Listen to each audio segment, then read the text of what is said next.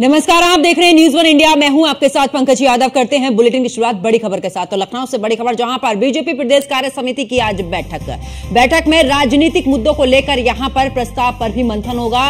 हिंदू विरोधी भाषण के लिए राहुल गांधी की निंदा भी की गई और सांस्कृतिक दौरान अगर बात करें तो राष्ट्रवाद पर आगे बढ़ने का संकल्प, संविधान पर विपक्षी एजेंडे को बेनकाब करेगी पार्टी। संविधान पर विपक्ष की पोल खोलने के लिए जनता के बीच जाएंगे नेता।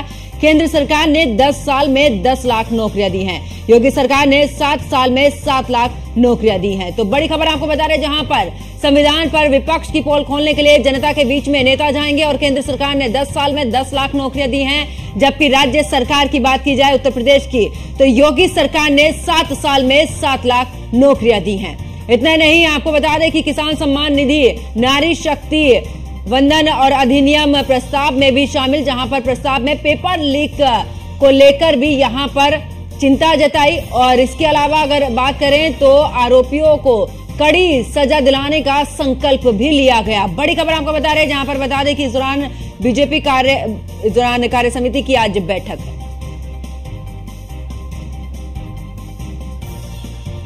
तो आपको बता दें कि बैठक में राजनीतिक मुद्दों को लेकर प्रस्ताव पर मंथन हुआ है। और ऐसे में आपको एक जानकारी और दे दें कि हिंदू विरोधी भाषण के लिए राहुल गांधी की निंदा भी की गई है और आपको बता दें कि राष्ट्रवाद पर भी आगे बढ़ने का संकल्प लिया गया है। संविधान पर विपक्षी एजेंडे को बेनकाब करेगी पार्टी।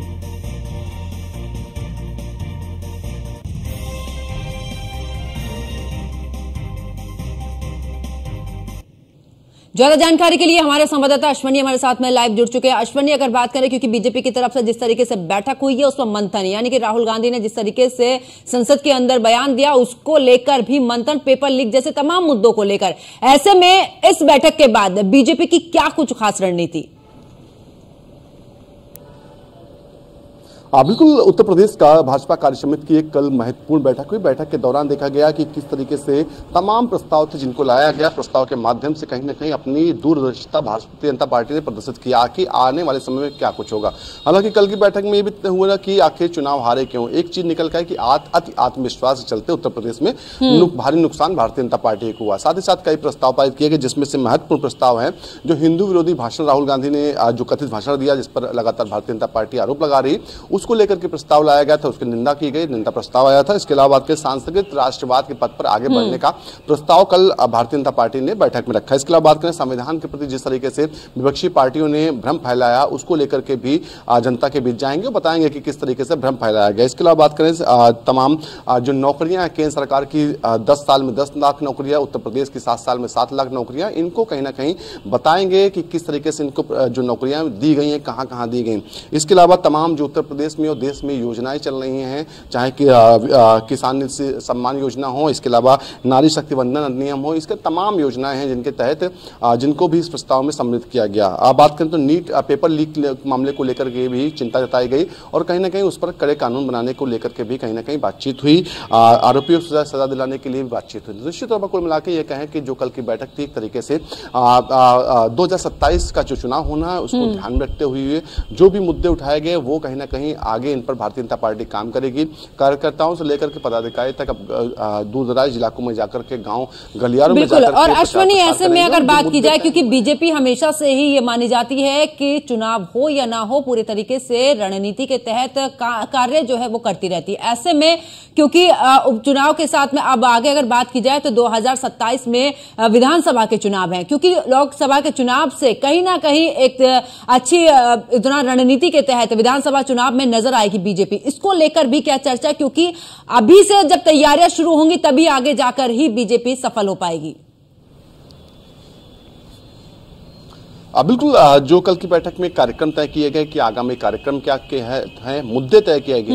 हालांकि स्पष्ट तौर पर 2027 की चर्चा नहीं हुई कि 27 में ये करना है, लेकिन भारतीय जनता पार्टी की एक रणनीति होती है कि चुनाव से 2 से 3 साल पहले ही जो मुद्दे उठाने हैं उनको धीरे धीरे जनता के बीच जाकर के जनता के दिमाग में बैठाने होते हैं और उसी पर काम अब शुरू हो चुका है। कल की बैठक में सभी एजेंडे तय हो चुके हैं। एजेंडे के तहत ही आगे कार्यक्रम होंगे, काम होंगे, जनता के बीच जाया जाएगा, उस पर काम किया जाएगा। तो निश्चित तौर पर कहीं ना कहीं इसको लेकर के अब तैयारी शुरू हो चुकी है। कहीं ना कहीं और अश्विनी इस बार देखा भी है क्योंकि लोकसभा चुनाव में पेपर लीक का मामला उठाया विपक्ष ने और इस दौरान बेरोजगारी का, दोनों ही पहलुओं पर इस बैठक में चर्चा, पेपर लीक मामले को लेकर भी और बेरोजगारी को लेकर भी कि आखिरकार 7 साल में सरकार ने कितनी नौकरियां दी हैं। बिल्कुल, बेरोजगारी एक बड़ा मुद्दा हमेशा रहा है, चाहे कोई भी सरकार रही हो, चाहे भारतीय जनता पार्टी सरकार हो, एनडीए की या फिर इससे पहले यूपीए की कांग्रेस सरकार रही हो, सभी के दौरान कहीं ना कहीं ये मुद्दा रहा है हमेशा। उत्तर प्रदेश की बात करें, समाजवादी पार्टी हो या फिर अभी फिलहाल की बात हो भारतीय जनता पार्टी, अंतर जरूर आया है उत्तर प्रदेश में नौकरियों में। भले ही कम नौकरियां मिली हों, मेरे पास इसका आंकड़ा नहीं है स्पष्ट, लेकिन जो भी नौकरियां मिली हैं ये एक चीज है कि वो बड़ी ही साफ सुथरी तरीके से मिली हैं, कहीं पर भ्रष्टाचार के लिए जगह नहीं है। तो पहले की बात थी कि नौकरियां तो मिलती थी लेकिन आपके पास जितना जेब में दाम था उसी हिसाब से आपकी कैटेगरी डिसाइड होती थी, उसी हिसाब से नौकरी मिलती थी। लेकिन पिछले 6 सालों 7 सालों में उत्तर प्रदेश में इस चीज पर तो पाबंदी हुई है कि नौकरी का जो असली हकदार है, जो मेहनत का व्यक्ति है, युवा है, उसी के हिस्से में नौकरी जा रही है, नौकरियां बिक नहीं रही। तो निश्चित तौर पर कहीं बदलाव हो रहा है और जनता इस चीज को बखूबी समझ रही है, जनता इस चीज को बखूबी जान रही है कि आखिर क्या कुछ बदलाव हुआ है। तो निश्चित तौर पर कहीं ना कहीं चीजें हैं, उनमें बदलाव की जरूरत है। तमाम 2024 लोकसभा चुनाव के दौरान विपक्ष ने अपनी नई रणनीति बनाई थी, उस रणनीति के तहत काम किया, वो सफल रहा। भारतीय जनता पार्टी उस रणनीति को काट नहीं पाई तो कहीं ना कहीं विफलता मिली। अब उन चीजों को लेकर तैयारी हो चुकी है एक बार फिर, कहीं ना कहीं अब धीरे धीरे कार्यक्रम तय होंगे। उत्तर प्रदेश में जल्द ही बड़े बदलाव भी देखने को मिल सकते हैं। तमाम जो संगठन के लोग हैं उनको इधर से उधर किया सकता है, नए चेहरे आ सकते हैं, पुराने चेहरे हटाए जा सकते हैं। तो निश्चित तौर पर कहीं ना कहीं अब 2027 के लिए रणनीति बनना तय बन चुकी है और उस पर ही अब धीरे धीरे काम शुरू होगा। बिल्कुल, चलिए बहुत बहुत शुक्रिया अश्विनी हमारे साथ जुड़ने के लिए, तमाम जानकारी साझा करने के लिए। तो योगी सरकार ने 7 साल में 7 लाख नौकरियां दी हैं। किसान सम्मान निधि, नारी शक्ति वंदन अधिनियम प्रस्ताव में शामिल।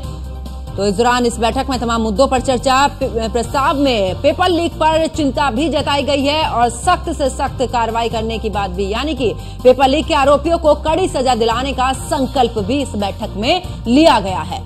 तो लखनऊ से बड़ी खबर, जहां पर बीजेपी प्रदेश कार्य समिति की बैठक हुई है और इस बैठक में कई मुद्दों को लेकर मंथन किया गया। बैठक में राजनीतिक मुद्दों को लेकर प्रस्ताव पर भी मंथन किया गया। इसी के साथ पेपर लीक का मामला हो, बेरोजगारी का मामला हो, इस पर भी खास करके चर्चा की गई। हिंदू विरोधी भाषण के लिए राहुल गांधी की निंदा भी इस बैठक में की गई है।